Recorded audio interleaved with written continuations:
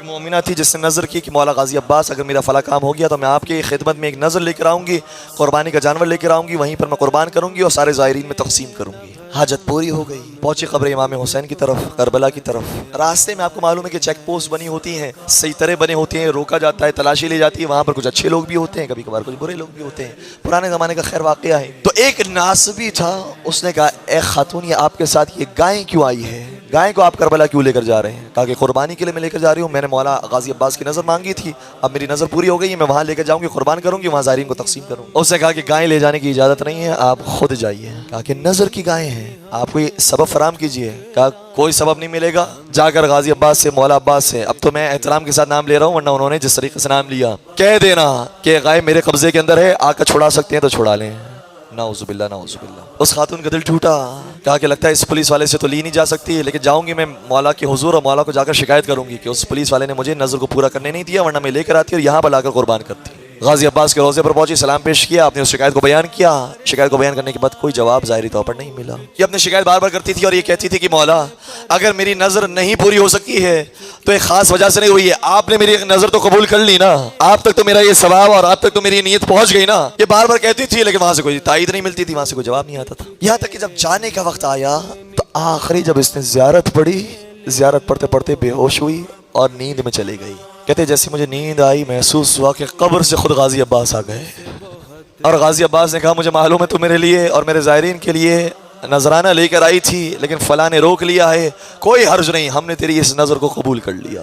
یہ خوش ہو گئی، چلے نظر تو مولا غازی عباس نے قبول کر لی۔ ایک اور اس کے ذہن میں کسک رہ گئی تھی کہ اب میں جب واپس پلٹوں گی نا وہی پولیس والا ملا تو وہ میرا مذاق اڑائے گا، وہ کہے گا کہ کر لی اپنے مولا سے شکایت، ہو گیا کام، بدلہ لے لیا۔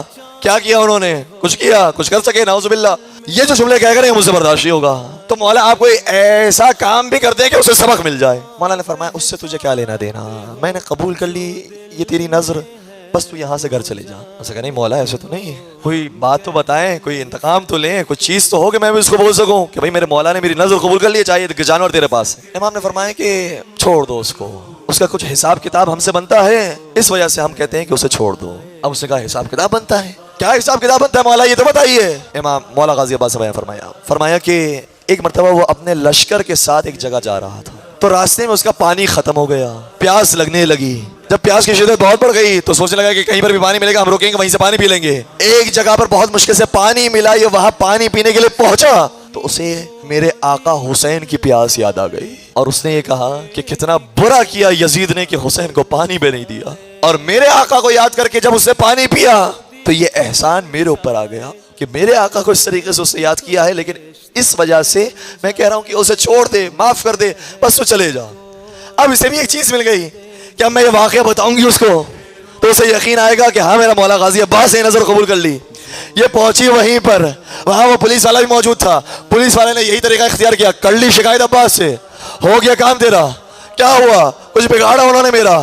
کہا کیوں نہیں، آ میرے ساتھ کنارے پر لے کر گئی۔ کہا غازی عباس نے میری نظر کو قبول کر لیا اور یہ کہا ہے کہ اسے معاف کر دے، اس لیے کیونکہ ایک مرتبہ وہ سفر پر نکلا تھا، بہت پیاسا ہو گیا تھا، پانی جب دکھائی دیا تو پانی بعد میں پیا، پہلے حسین کی پیاس کو یاد کیا۔